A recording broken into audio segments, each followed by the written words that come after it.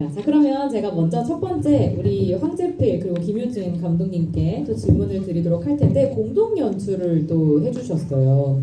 자, 이 라스트 씬은요, 중학생 성미가 갑자기 단편 영화 감독이 되는 이야기였습니다. 저는 이제 영화를 보면서 우리 성미는 정말 책임감이 너무나 남다른, 이 중학생부터 이렇게 되기가 쉽지 않은데 여기도 이렇게 자, 그래서 우리 감독님 처음에 이제 어떤 생각으로 영화를 연출하셨는지 굉장히 또 궁금합니다. 영화 라스트 씬은 아까 영화 엔딩 크레딧에서도 보셨다시피 6년 전에 이제 장재희 배우랑 장은서 배우랑 찍었었던 그 영화가 있어요. 그거에 이제 연장선의 시리즈물이기도 하고요. 거의 이제 6년에 한 번 주기로 이제 찍는데, 이제 3년 후면 이제 성미 배우가, 장재희 배우가 고등학생이 되면은 이제 또 세 번째 마지막 버전을 찍을 예정이고요. 그리고 기획 의도 같은 경우는 애초에 처음부터 이제 6년 전에 시작했었던 영화가 있었기에 지금까지도 계속 이어지는 것 같습니다. 감사합니다. 그러면 이제 조금 시간이 지나면 또 약간 성장물처럼 다른 모습을 저희 볼 수 있는 건가요? 네, 외국에서는 뭐 이제 보이우드 같은 영화들이 있는데 저희는 이제 그런 깜냥은 안 되고 옴니버스로 이제 아역 배우 꼬맹이 때부터 시작해서 완전 성인 연기자로 거듭나는 이야기들을 이렇게 시리즈로 계속 찍고 있습니다. 너무너무 멋있습니다. 자, 그러면은 또 이제 공동 제작을 사실 공동 연출을 또 해주셨기 때문에 또 어떤 또 스토리로 해주셨는지 또 우리 다른 감독님의 말씀도 한번 들어봐야 될 것 같아요. 이 얘기 황재필 감독이 얘기한 대로 뭔가 그 전에 만들었었던 클라운이라는 작품도 공동 연출을 했고요. 그래서 저는 사실 이게 뭔가 시리즈물로 개발이 될 거라고 전혀 생각을 못 하고 있었는데 어느 순간 갑자기 시나리오를 딱 들고 가지고 와서는 이거는 찍어야만 하는 것이다라고 저를 세뇌를 했어요. 그래서 일단은 그렇게 시작이 됐는데 시나리오를 받아서 보니까 참 이야기가 너무 길기도 하고 인물도 제가 알고 배워왔었던 단편 영화의 인물보다 막 곡절도 많고 해서 이걸 어떻게 찍지 고민을 하다가 그래도 누가 캐스팅이 되고 이런 과정에서 참 이거 한 사람도 자를 수 없는 되게 어떤 가치가 있다라는 생각이 들어서 저는 최대한 이거를 지켜주고 싶어서 열심히 도왔고요. 고등학생이 된다고요? 사실 구체적인 얘기를 가끔 하긴 했는데 그걸 실제로 한다니까 저는 또 열심히 같이 도와야죠. 그런 마음으로 하고 있습니다. 네, 감사합니다. 자, 저희 이제 라스트 씬에서 우리 장재희 배우님이랑 또 우리 윤진 배우님, 장은서 배우님, 우리 김정한 배우님께서 이렇게 자리를 해주셨는데 우리 배우님 각자의 또 스토리가 다들 있으실 것 같아요. 뭐 처음에 영화를 뭐 접했을 때 스토리나 아니면 어떤 식으로 연기를 해야겠다든지 다양한 말씀 들려주시면 너무나 감사하겠습니다. 또 영화에서 우리 봤던 또 의상을 그쵸, 오늘 직접 입고 나와주신 것 같은데 그쵸, 맞죠? 사실 재필 감독님이 직접 카톡으로 이렇게 대본을 보내주셨어요.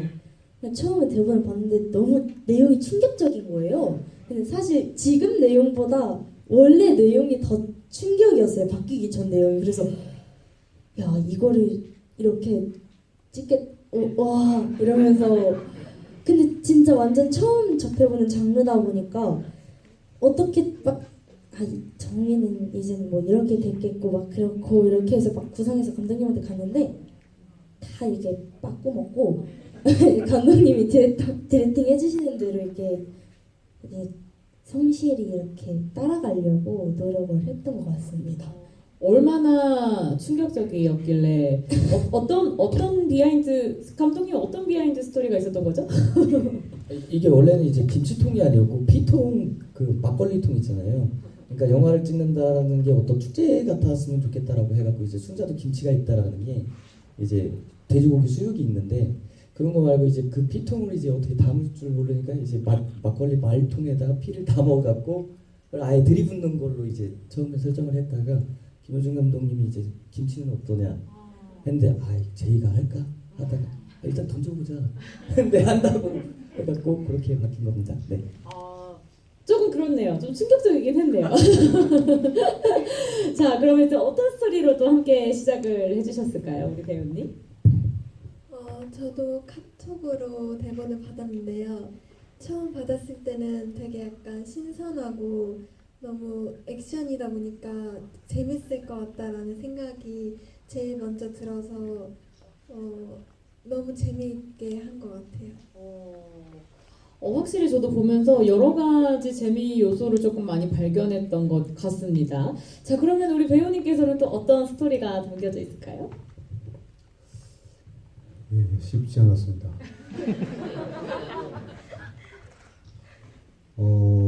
작년 한 2월 말쯤부터 황제필 감독이랑 얘기를 주고받으면서 이 캐릭터 이게 3부작이 된다는 건 그 전부터 알고 있었고 두 번째 한다는 걸 들었을 때 왜 갑자기 윤 감독이 이렇게 됐을까 그런 생각을 좀 많이 했던 것 같고요. 그리고 촬영하는 중간에 제이가 김치통을 덮어 쓴다고 했을 때 저는 얘기는 안 했지만 속으로 이건 아동 학대가 아닌가 생각을 많이 했습니다. 네, 이상입니다. 김치통에 얽힌 스토리가 많군요. 자, 그러면 또 어떤 스토리가 담겨져 있을까요, 배우님? 네, 안녕하십니까.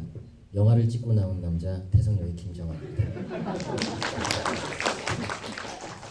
제가 이 라스트 씬을 이제 처음 제필 감독님한테 얘기를 이제 듣고 출연을 제의를 받았을 때는 제가 좀 단편 영화에 대해서 좀 약간 지쳐 있었을 때거든요. 이게 영화 내용에도 나오지만 단편 영화가 만들어지고 이렇게 공개되지 않는 작품들이 엄청 많아요. 배우분들이나 연출자분들, 아무튼 스태프분들은 아시겠지만 사실 1년 동안 이렇게 배우분들마다 여러 가지 단편 영화를 찍고 이제 영화를 찍는데 정작 나오는 영화가 볼 수 있는 영화가 없거든요. 그래서 저도 그 제필 감독님한테 영화 출연을 제의를 받았을 때 자주 술자리에서 그런 얘기 많이 했어요. 진짜 짜증이 난다.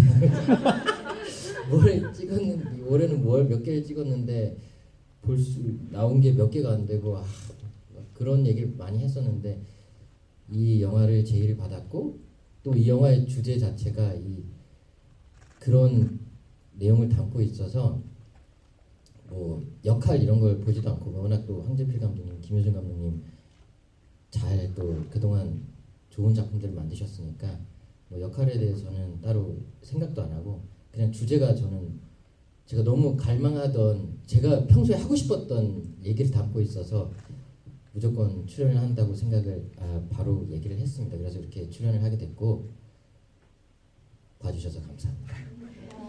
감사합니다. 자, 다음으로 우리 정보경 감독님께 제가 질문을 좀 드려볼게요. 자, 이 계약 만료는 시아라는 딸을 둔 친모 가연과 이제 위탁 엄마 우리 은미의 이야기입니다. 어떤 이제 의도로 작품을 또 시작하게 되셨고 어떤 내용을 담고 싶었는지 말씀해 주시면 감사하겠습니다. 네, 반갑습니다. 계약 만료를 연출한 정보경 감독입니다. 먼저는 이렇게 다양한 분들에게 선보일 수 있는 기회가 있어서 너무 감사하고요. 저희 영화는 일단 가정위탁이라는 소재로 알고 계신 분들도 계시겠지만 아마 대부분 잘 모르시고 생소하실 거예요. 그래서 제가 2018년도에 우연히 장애 아동을 가정위탁하고 있는 분께 책 한 권을 선물 받으면서 그 책이 이제 전시가 되어 있는데요. 아일랜드의 어떤 할머니께서 평생 180여 명의 아이들을 가정위탁하셨던 책이었어요.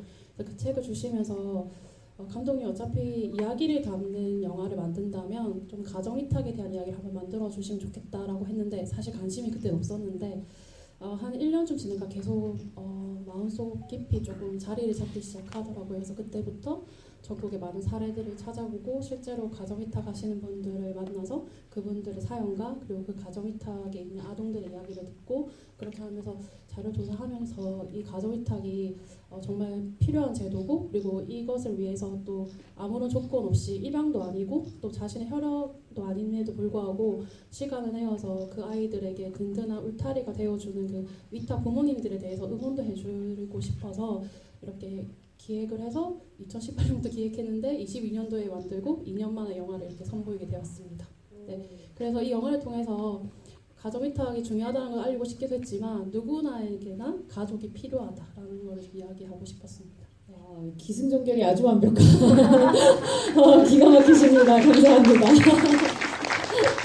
저도 영화를 보면서 입양은 사실 뭐 많이 접했지만 위탁 가정에 대해서 생각을 해본 거는 처음이었던 것 같아요. 그래서 저도 오히려 이제 이렇게 또 행사를 진행하게 되면서 저의 세계가 좀 넓어진 것 같다라는 생각을 했습니다. 자, 그리고 우리 안도경, 그다음에 우리 주애람, 염재혁 배우님도 함께를 해주셨는데 또 우리 배우님들의 얘기를 한번 들어봐야 될 것 같습니다.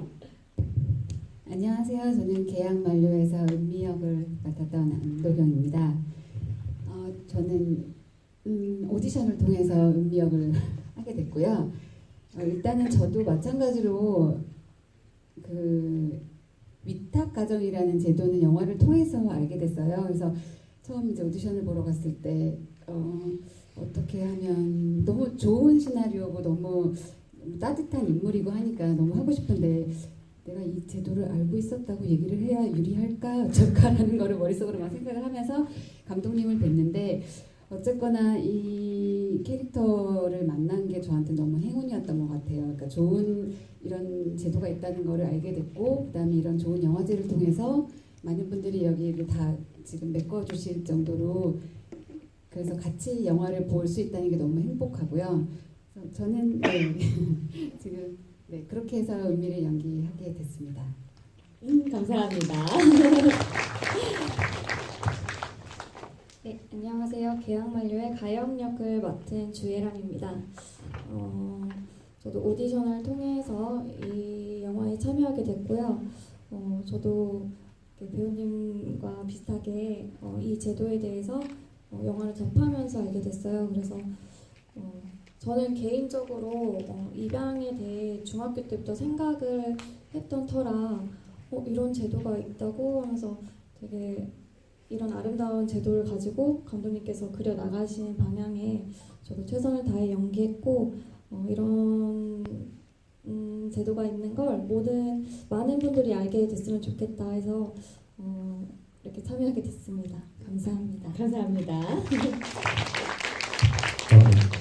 네, 안녕하세요. 대우역을 맡은 염재우랍니다. 저는 원래 대우 역이 아니었고요. 다른 사람이 있었는데 코로나 걸려서 제가 운 좋게 맡게 됐습니다. 이게 하고 싶었던 거고 다 똑같은 것 같아요. 저도 위탁 가정에 대해서 전혀 몰랐다가 솔직히 저는 개인적으로는 그랬던 것 같아요. 어떤 상황일래 자기 애를 안 키워?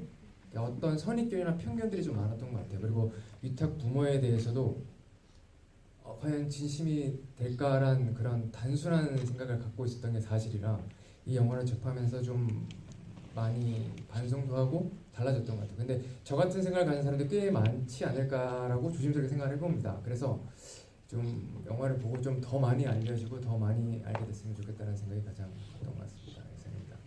감사합니다. 자, 코로나가 또 이렇게 새로운 인연을 만들어 주었네요. 자, 다음으로 이제 펠트킴 감독님께 제가 또 질문을 드리도록 하겠습니다. 죽은 사의 시인은 시체를 이제 산에 묻고 산에서 벗어나려고 하는 여자의 이야기였습니다. 저는 이 영화를 되게 재밌게 봤어요. 되게 여러 가지 생각을 좀 하게 되더라고요. 그래서 저도 개인적으로 정말 궁금한데 우리 감독님 처음에 어떤 생각으로 이렇게 영화를 또 시작하게 되셨는지 궁금합니다. 네, 안녕하세요. 저는 죽은 사의 시인을 연출한 펠트킴 감독이라고 합니다. 이 영화를 이제 만드는 데 있어서 2021년은 이제 한국 사회에서 낙태법이 폐지가 된 연도인데요. 근데 낙태법이 폐지가 됐는데도 불구하고 이제 임신 중절 수술에 있어서 그렇다한 이제 법에 대한 제정이나 약간 의료법이 구축되지 않아가지고 아직 의료 사각지대에 있거든요. 그래서 이 영화를 이제 스토리 개발을 할 때부터 왜 약간 임신 중절 수술에 대한 논제는 가장 중요한 여성을 배제하고 논의가 되고 있다라는 생각이 가장 크게 들었었고요. 왜 이 중요한 논제에 대해서 약간 태아에 대해서 토론을 하고 그 다음에 이제 임신 중절을 하고 있는 이제 여성에 대해서 사회적인 잣대가 정말 많이 있는데 저는 거기에 대해서 왜 약간 임신이 오롯이 여성의 몫이어야만 하는가? 그리고 왜 거기서는 남성은 이제 배제가 되고 있는가? 라는 이제 의문점에서 이제 시작을 하게 되었고요. 이제 그 스토리 개발 단계에서 사실 어떻게 보면 지독하게 조금 여성 중심적으로 풀어낸 것도 있어요. 어쩌면은 그냥 스토리를 개발을 할 때부터 그냥 사회에서 어쨌든 여성에게 요구하는 강요된 모성애도 있고 어쨌든 그런 강요된 모성애 안에서 좀 임신 중절 수술을 하는 데 있어서 왜 가장 중요한 여성의 입장을 대변하지 않는가에 대해서 한번 여성적인 시각으로 한번 풀어보자라고 시작을 했던 영화이고요. 이 영화를 만드는 데 있어서 저는 사실 남범도와 배우님이랑 정말 많은 의견을 나누었는데 지금 이 자리에 없어서 정말 아쉽지만 그녀는 지금 한국영화 아카데미에 연기전공으로 있거든요. 그래서 정말 남범도와 배우님이랑 낙태법에 대해서 정말 많은 의견을 나누고 거기에 대해서 약간 서로가 어떤 생각을 하고 있는가 어떻게 보면 좀 재밌었던 게 감독님이 어떤 생각을 가지고 이 영화를 만들었는지 궁금하다라고 하면서 갑자기 서로의 사상검증 시간을 조금 가지게 됐었고요. 그러면서 남범도와 배우님이랑 이야기를 하면서 이 영화는 약간 내가 해볼 수 있는 영화 같다. 나도 이 영화, 이 약간 사회적인 이슈에 대해서 이런 의견을 가지고 있는 사람이고 여기에 대해서 나는 이렇게 한번 표현을 해보고 싶다라고 하면서 배우들과 정말 많은 의견을 나누면서 뜻깊게 만들었던 영화였습니다. 감사합니다. 우리 감독님들 말씀 너무 잘하시는데요? MC 봐도 되겠는데요, 지금? 와, 다들 너무너무 감사드립니다. 자, 저희가 우리 이렇게 그 감독님들과 배우님들의 생각을 좀 들어볼 수가 있었는데 아마 여러분들도 영화를 보시면서 이런 장치는 무슨 장치고 이거는 어떤 의도가 담겨져 있는지 궁금하신 분들이 많으실 것 같습니다. 그래서 저희가 배우님과 감독님들이 직접 사인한 시나리오북 또는 영화제 굿즈 티셔츠를 선물로 드리면서 질문까지 받아보는 아주 뜻깊은 시간을 가져보려고 하는데 오늘도 이제 저희 새 작품의 이 주인공들이 함께 해주셨으니까요. 라스트 씬과 그 다음에 저희 이제 그 계약만료 죽은 사의 시인 순서대로 제가 우선 선착순으로 질문을 좀 받고 총 5분의 질문을 제가 받을 건데 나머지 2분은 약간 자유롭게 한번 받아보도록 하겠습니다.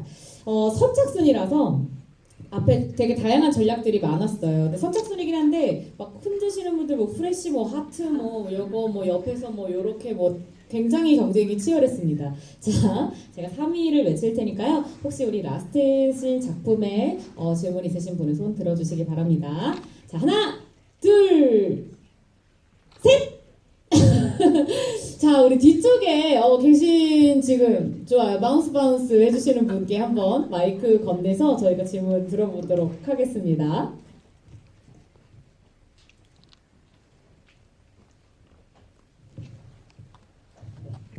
두 영화에 질문해도 되나요?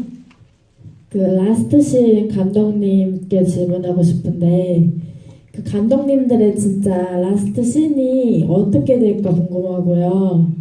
죽은 사의 시인 감독님께는 그 무덤에서 그 사진이 등장하는데 그 무덤에 그 사진은 뭘 뜻하는지 그리고 죽은 사의 시인이면 시는 무슨 메시지를 주고 싶은지 그런 게 궁금합니다. 감사합니다. 네, 우선 저의 라스트 씬이라는 게 제 인생의 이제 라스트 씬을 말씀하신 거죠. 저는 원래 배우를 본업으로 하고 있고 연기를 좀 잘하기 위해서 감독을 하는 거라 아마 저의 라스트 씬 같은 경우는 칸 영화제 황금 영화제상을 받지 않을까. 그리고 뭐 회무전을 하고 멋지게 세상을 떠나지 않을까 싶습니다. 네. 끝나가니까 바로 옆에서 미쳤다 바로. 근데 저도 사실 별로 다르지 않았어. 저는 배우는 아니고 저는 감독 완전히 하고 있습니다. 저도 자신 있게 말씀해 주세요. 저도 한번 가보겠습니다. 좋습니다. 미래의 또 슈퍼스타를 여기서.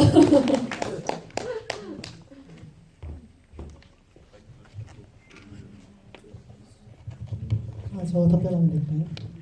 일단 첫 번째 질문에 대해서 답변을 드리자면은 그 태아를 제가 의인화시켜서 표현을 한 거기 때문에 마지막 장면에 성태가 태아라는 거를 한 번 더 좀 관객들한테 리마인드를 시켜줘야 하지 않을까라는 차원에서 성태의 그냥 무덤만 보여주는 것보다 성태를 어쨌든 묻어두면서 그 여자가 이제 성태와 가지고 있는 사진은 초음파 사진 단 한 장뿐이잖아요. 약간 이것마저도 이제 무덤에 두고 떠난다라는 메시지를 주고 싶어서 마지막에 이제 초음파 사진을 올리게 되었고요. 그 다음에 두 번째 시인의 어떤 걸 뜻하느냐라고 여쭤보셨는데 제가 죽은 사이의 시인이라는 제목을 짓게 된 계기가 그때 약간 이 사회가 어떠한 논제에 대해서 이야기를 나누게 될 때 너무 조금 정치적으로 빠지는 것이 아닌가. 그리고 늘 약간 이거를 소재적으로만 약간 정치적으로 너무 활용하는 것 아닌가? 라는 그런 생각이 들으면서 정말 이 사회가 정의다운 정의는 뭐지? 정말 이 사회에서 메시지를 내고 있는 피해자의 목소리를 묵인하면서 약간 자신들의 이득만 약간 취하려고 있는 이 사회가 되게 약간 제가 그 당시에 느끼기에는 죽은 사회 같다는 생각이 들었거든요. 사회가 돌아가긴 하지만 어쨌든 그 당사자들의 목소리를 듣자 묵인하는 이 사회가 그래서 어쨌든 그런 죽은 사회 속에서도 이런 주제들뿐만이 아니라 끝까지 그러니까 목소리를 내고 있는 늘 사람들이 있잖아요. 약간 그런 자신만의 철학과 정의를 가지고 목소리를 내고 있는 사람들이 마치 좀 시인과 다름이 없겠다라는 생각이 들어서 이 영화의 제목을 죽은 사회의 시인이라고 정하게 되었습니다. 와, 감사합니다. 사실 이렇게 그 동시에 두 질문을 같이 주셔도 괜찮기는 합니다. 제가 사회자니까요. 자, 그러면 이번에는 저희 이제 개양 만료 영화 역시 질문 있으신 분 바로 선착순으로 질문 받아보도록 할게요. 자, 하나, 둘, 셋. 앞에서 되게 빨리 들어주셔가지고 뭐 바로 그냥 제가 우선 먼저 이렇게. 네, 감사합니다. 네. 그 감독님께 좀 여쭤보고 싶은데 그 주제라든지 이렇게 담고 있는 메시지를 보면은 굉장히 좀 뭔가 장르적으로 다큐멘터리라든지 이런 것 쪽에 먼저 좀 생각이 났을 것 같은데 이렇게 극으로 생각하신 이유라든지 혹은 또 앞으로 다큐멘터리라든지 이런 쪽으로도 또 도전하실 의향이 좀 있으신지 좀 그런 게 좀 궁금했습니다. 네, 일단은 저는 다큐멘터리를 만들 자신이 없고요. 네, 일단은 가족위탁을 소재로 영화를 만든댔을 때 많은 분들이 사실 왜 다큐멘터리를 하지 왜 극영화냐고 많이 물어보셨어요. 네, 그래서 되게 좋은 질문 주셨고요. 근데 사실 저희가 가정위탁을 다큐멘터리로 하려고 하는 순간부터 아무래도 가정위탁이라는 게 조금 보호받아야 할 아동에 대해서 저희가 이제 개인정보도 있고 좀 민감한 부분이고 특히나 그 친부모, 그다음 친모 이걸 다루는 게 되게 쉽지가 않기 때문에 저희가 극영화로 돌렸고 저희 영화가 사실 장르는 드라마라 했지만 사실은 판타지입니다. 왜 판타지냐면 사실 이제 가정위탁의 원래 본 목적이 아이가 이제 계약을 만료한 뒤에 원가정이 회복이 되면 원가정으로 돌아가는 게 목표예요. 근데 실제로 가정위탁에서 현실에서는 돌아가는 게 거의 힘들어요. 원부모가 사망을 하거나 더 이상 자립이 힘들거나 아니면 연락이 두절되거나. 근데 저희는 건강한 가정위탁의 기능을 좀 알리고 싶었기 때문에 저희 영화 속의 가영이 최선을 다해서 사실은 정말 무책임한 부모도 많아요. 그렇지만 그 사람들만 보고 비판할 것이 아니라 정말 어떻게든 그 원래 자신의 아이를 데려오기 위해서 힘든 상황 속에서 살아가고 있는 그런 친부모, 친모 또는 친부들을 조금 보여주고 싶었고 저희 영화 속에서는 결국 시아가 엄마에게 돌아가는 선택을 하는 판타지로 저희는 이제 그래서 어떻게 보면 실제로 일어나지 못할 다큐멘터리를 다루기 어려운 일을 저희는 극영화로 다뤄봤습니다. 네, 그래서 앞으로 다큐멘터리를 만들지는 모르겠습니다. 네, 감사합니다. 판타지가 그런 의미에서 판타지라고 하니까 굉장히 또 그거는 슬프네요. 자, 그러면 우리 이제 죽은 사의 시인에 대해서도 한번 질문을 또 받아보도록 하겠습니다. 자, 하나, 둘, 셋! 자, 우리 핸드폰을 소중하게 이렇게 앞에 들고 계신 프레쉬를 하려다가만 우리 저 뒤쪽에 앉아 계신 분께 질문 한번 받아보도록 하겠습니다.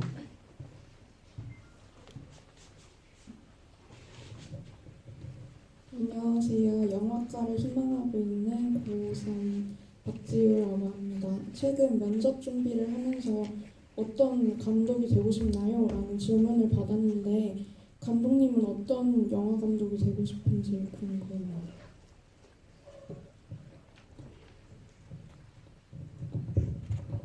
네, 저도 영화과를 나와가지고 그 질문에 대한 거를 입시 때부터 정말 많이 고민을 했었는데요. 제가 어떤 영화를 만들고 싶은지에 대해서 저는 그때 입시적으로는 어떤 말을 했냐면 입시는 좀 패기가 중요하잖아요. 저는 그땐 마틴 스콜세지보다도 유명한 감독이 되고 싶습니다라고 영화과 면접 때 얘기를 했는데 그거는 정말 패기였고 지금 생각해보면은 전 소수자의 입장을 대변하고 싶은 감독이 되고 싶은 것 같아요. 근데 이거를 저는 가끔 그런 생각이 들었거든요. 제가 감히 그래도 되나? 어떻게 보면은 저도 어떻게 보면은 소수자라고 할 수 있지만 또 어떻게 보면은 저는 그냥 보통의 사람이라고도 생각을 하거든요. 그래서 저는 이번 영화를 만들면서 조금 느끼게 된 게 제가 겪어보지 못한 삶을 대변하려고 하면은 제가 그 당사자들보다도 더 많은 약간 아카이빙을 해야 되는구나 라는 생각이 들어서 늘 소수자를 대변하고 싶은 감독이 되고 싶지만은 그러기 위해서 꾸준히 노력과 개발을 해야 할 것 같습니다. 감사합니다. 감사합니다. 고3 여름방학 정말 중요한 시기인데도 이렇게 와주셔서 감사합니다. 자, 그러면 우리 두 분에게 또 질문을 이제 받아보도록 할 텐데 좀 자유롭고 편하게 여러분들 질문해 주시면 좋을 것 같아요. 영화 상관없이 해주시고 싶은 말 해주시면 됩니다. 자, 바로 가볼게요. 하나, 둘, 아직. 하나, 둘, 셋! 진짜 어려운데 사실 빠르기도 하셨지만 우리 두 분이 그럼 한번 가위바위보를 해볼까요? 또 질문을 굉장히 또 많이 해주신 분이시고 꾸준히 그죠? 자, 한번 가위바위보 해볼게요. 가위바위보! 좋아요. 한번 받아보도록 하겠습니다. 네. 네, 저기 감독님하고 배우분한테 질문했는데, 저기 라스트 씬 저기 극 중에도 나오죠. 어차피 보는 사람 없어라고 하는 대답하는데 다른 감독님도 그 장편 독립 같은 거 만드시는 감독님도 이게 극장에서 걸리게 될 줄은 몰랐다라는 말씀들을 종종 하시는데 그럼에도 영화를 그렇게 만드시는 목적 이유 같은 건 뭐라고 생각하시는지 궁금하고요. 장재희 배우님은 되게 아역 때부터 활동을 하셨는데 그 감독 역할을 이렇게 연기해 보신 건 처음 같은데 감독이랑 배우로서 이렇게 할 때랑 좀 어떻게 달라진 게 있는지 좀 궁금하고 그 6년 전에 마지막에 나오는 거는 어떤 영화 리틀 포레스트에서도 나오셨던데 혹시 그 영화 장면인지 궁금합니다.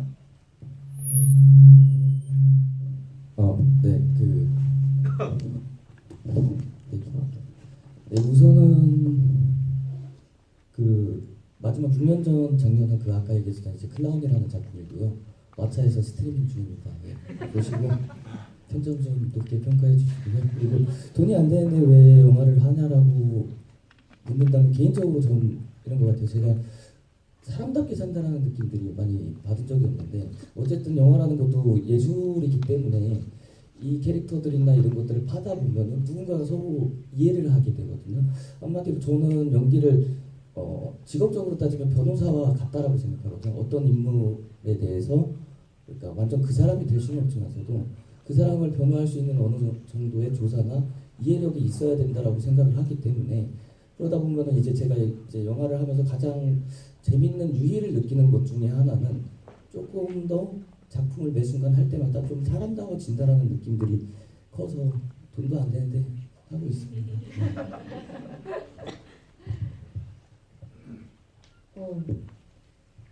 배우하고 사실 감독 역할 할 때 다른 점 맞죠? 맞아. 감독님이랑 네 사실 배우를 하면은 막 아까처럼 막 이렇게 빡 이렇게 싹 빡 이런 거 하면 솔직히 받는 입장이지 그거를 해보는 입장이 아니잖아요. 근데 처음에 대본 받았는데 감독님이 여기서는 좀 더 이렇게 막 해야 되고 그 손으로 막 이러면서 해야 된다고 말씀하셨어요. 근데 내가 내 손을 직접 앵글을 잡으면서 이렇게 내가 직접 말을 해야 한다고 그러면서 그것도 다른 배우분들한테 이랬는데 와 해보니까 살짝 다른 감독님들의 고충을 알게 되었달까 그런 것 같습니다. 감사합니다.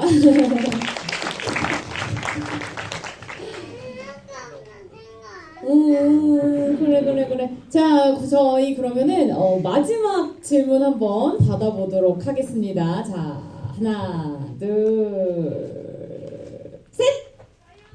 어디 있어요? 저요 누구야? 아 여기. 이 수많은 이 정적 속에 저요를 뚫고 들어왔어요. 한번 받아보도록 하겠습니다.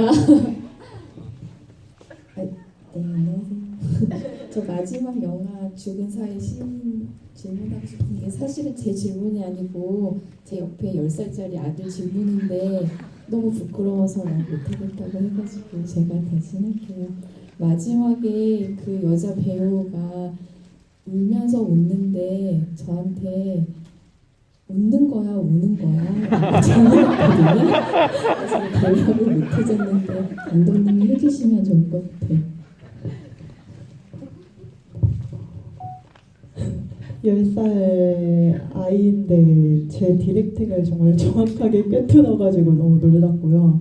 저는 남문도화 배우님한테 정확하게 저 장면에 대해서 디렉팅을 할 때 도화 배우도 이때 슬퍼야 되나요? 화가 나야 되나요? 아니면 약간 해방감에 웃어야 되나요? 라고 얘기를 했는데 저는 이 영화에 대해서 여자가 어떤 감정이다라고 명확하게 표현을 하고 싶지 않았었거든요. 왜냐면 그 감정이 제가 단일하게 이 감정으로 가야 돼요라고 약간 점지해주지 못할 부분일 것 같아서 진짜 몹쓸 디렉팅이긴 한데 웃으면서 울어주세요라고 했었어요.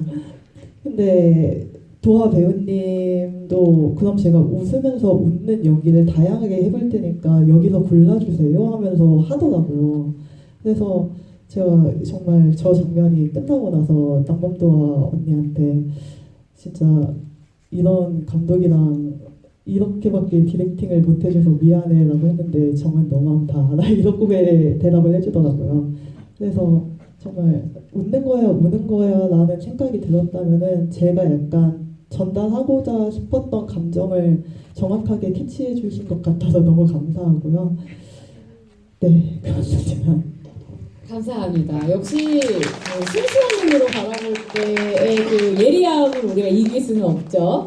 자, 그러면 많은 분들 뜨거운 관심 가져주셔서 감사하다는 말씀을 드리면서 이제 퀴즈를 한번 진행을 해보도록 하겠습니다. 이 퀴즈를 맞춰주신 분은 저희가 롯데시네마 영화 티켓을 선물로 드릴 거예요. 자, 미션은 뭐냐면 우리 감독님들이 퀴즈를 읽어주시고 어떤 분이 요 이제 퀴즈를 맞춰주셔서 직접 골라주셔야 됩니다. 되게 어려워요. 자, 그럼 제가 첫 번째는 우리 황재필 감독님께 한번 부탁드려보도록 하겠습니다. 자, 읽어주시고 골라주세요.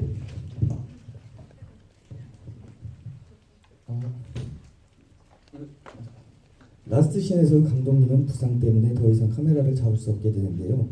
감독님이 중도 하차하게 된 원인은 무엇이었을까요?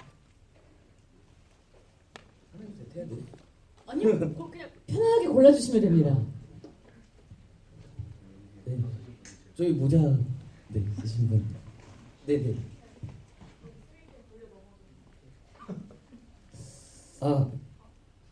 잠깐만. 다시 한번 들어볼게요. 자, 왜? 제가 좀 정정해서 다시 말씀드립니다. 라스트 씬에서 촬영 감독입니다. 촬영 감독님은 그 본 촬영 때 부상 때문에 사다리에서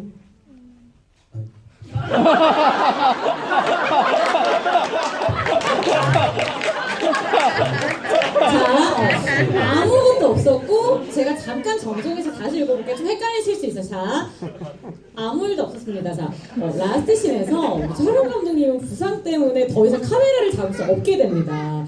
중도차기는 원인이 있었는데, 자, 이것이 무엇이었을까요? 자, 하나, 둘, 셋. 너무 어렵다. 자, 감독님 골라주세요. 네, 저는 의리가 있는 사람이라 두 번 기회 줬어요. 틀리면 안 돼요.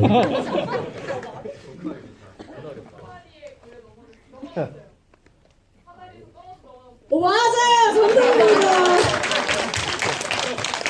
질문이 너무 어려웠어요, 그죠? 맞아, 진짜 어려웠어요. 자, 두 번째 질문 퀴즈로 가보도록 하겠습니다. 자, 우리 이제 감독님께 제가 부탁을 드려보도록 하겠습니다.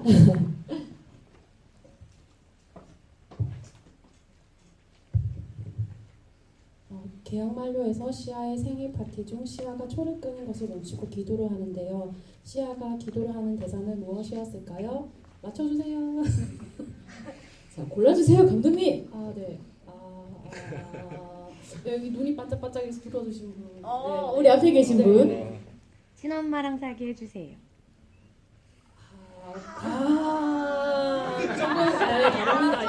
다릅니다. 네, 저 뒤에 남자분. 네. 친엄마를 만나게 해주세요. 친이 아닙니다.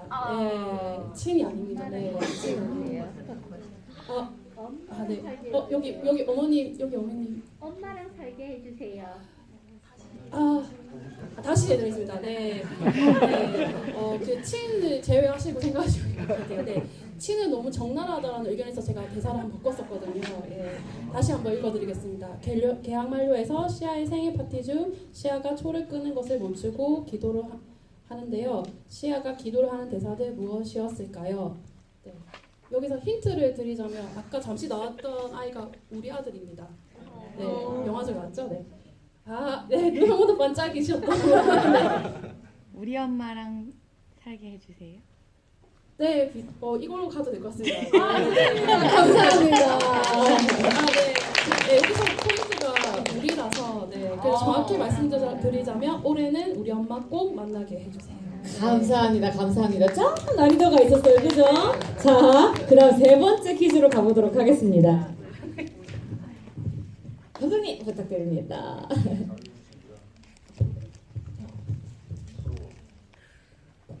네, 죽은 사회의 시인에서 시체와 함께하는 식사를 위해서 식탁 위에 준비된 음식들이 있었는데요. 식탁 위에 있던 두 가지 과일은 무엇이었을까요? 와, 이거 어렵죠. 감독님. 저 아까 그 예리했던 10살 아이로. 과연?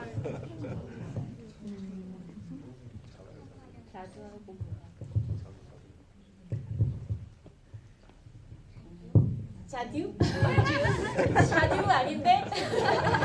자, 어떤 걸까요? 또 골라볼까요? 저기 그 비사번에 앉아 계신. 네네네.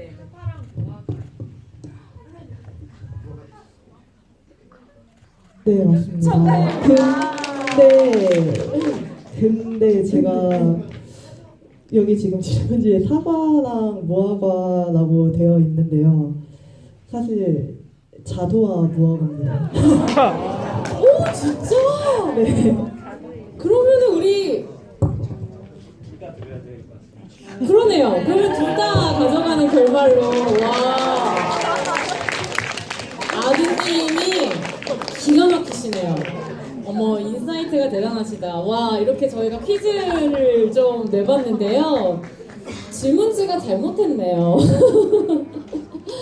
자, 이렇게 좀 저희가 우리 배우님들과 감독님들과 함께 소통하는 시간을 가져봤는데 더 많이 사실 얘기를 나누고 싶었는데 다음 회차가 저희가 또 집이 또 준비되어 있고 하다 보니까 조금 제가 타이트하게 진행을 했습니다. 참석해주신 여러분 너무너무 감사드리고요. 우선은 각각 포인트가 좀 있었던 것 같아요. 공동 연출로 또 이렇게 라스트 씬을 같이 제작을 해주셨고 위탁이 사실 위탁이라는 얘기에 대해서 저도 좀 생각해 볼 수 있었던 그런 너무 즐거운 시간이었고요. 우리 죽은 사회 죽은 사회 시인 같은 경우는 월드 프리미어 세계 최초 개봉으로 이제 우리 처음 관객분들과 만나게 됐다. 이런 포인트를 제가 좀 3가지를 짚어드리면서 여러분 나가시게 되면 저희 이제 그 투표함이 있습니다. 그래서 섹션별로 한 영화 투표해 주시면 너무 감사하겠고요. 다음 회차를 만약에 보고 싶으신 분들은 좌석 배치를 나가서 한 번만 다시 받아주십사 이렇게 좀 부탁을 드리도록 하겠습니다. 오늘 너무너무 고생 많으셨고 수고하셨고요. 우리 배우님과 감독님께 다시 한번 큰 박수 부탁드립니다.